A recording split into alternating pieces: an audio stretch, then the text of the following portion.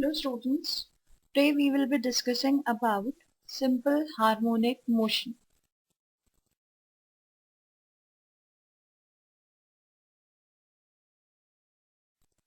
Now, starting with this, first of all we will be discussing about the periodic motion. As we all know that whenever a motion repeats itself after a regular interval of time, then it is known as the periodic motion. And the time in which it repeats itself is known as the time period of that particular motion. Now, we will be discussing about the another type of motion, that is oscillatory motion. We are discussing them as before giving the definition of simple harmonic motion, we must know about periodic as well as oscillatory. Now, if we talk about oscillatory motion, so oscillatory motion is to and fro motion. But this to and fro must be periodic also. Means whenever the motion is to and fro and is periodic along the same path,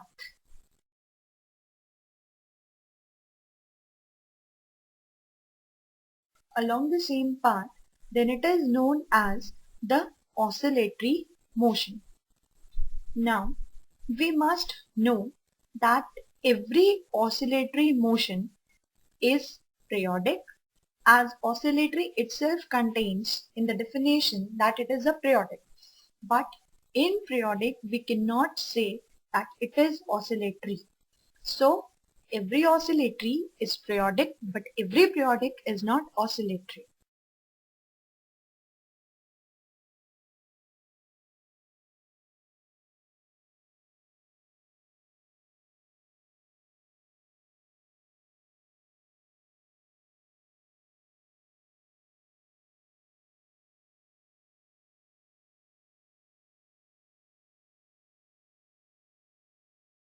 Now, as I told that after that we will be starting simple harmonics, now we will be starting about the simple harmonic.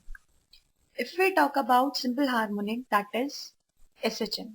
It is considered as the simplest form of oscillatory motion.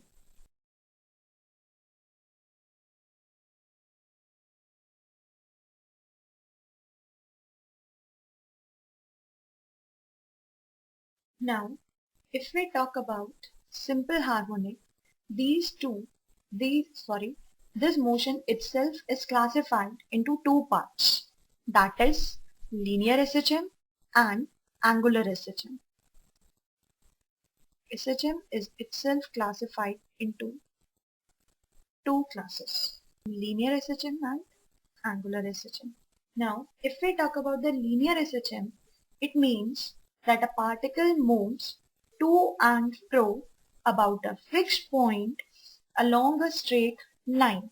Means particle is moving in a to and fro motion only, or in a to and fro pattern only, but it is along a straight line. That's why it is termed as the linear SHM.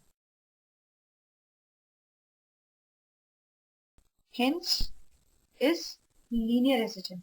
But when the same thing executing about a fixed axis, then it is known as the angular SHM.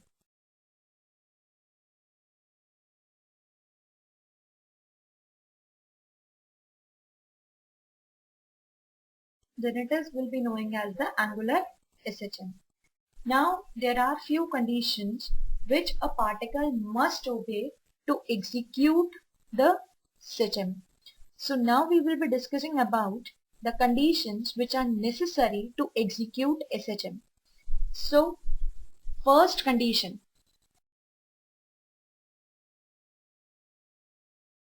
So if we're talking about the first condition, that it must have a periodic motion.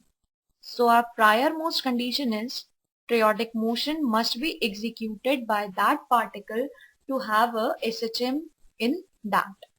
Now our very next point is that total mechanical energy of the particle must be conserved. So next is total mechanical energy should be conserved.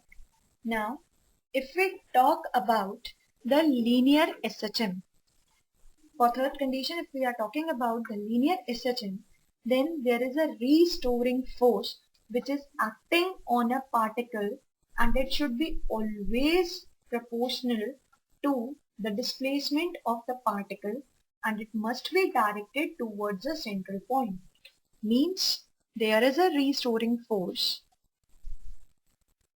The restoring force must be proportional to the displacement of the particle which is executing the SHM. Now, as we know that the force which is exerting, that is restoring force, is F, and it will be always directed towards the equilibrium position or towards the mean position. So, and the displacement is according from mean to extreme positions also. Means if we talk about the restoring force and the displacement, they are always in opposite directions. Hence we will put a negative sign here.